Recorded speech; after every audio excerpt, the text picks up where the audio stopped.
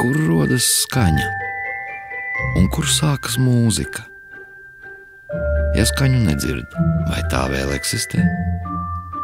Vai vējš skan pats no sevis? Vai viļņi kļūst par mūziku?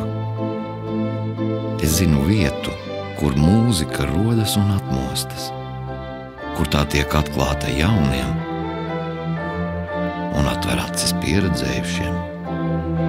Tā ir vieta, kas dzīvo un vienmēr skan. Akustiskā koncerta zāle, kuru mēs beidzot būsim sagaidījuši.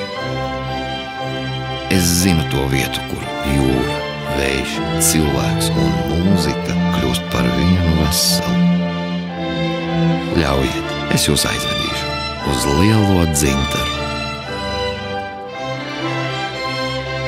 Liepājā 2015. gadā.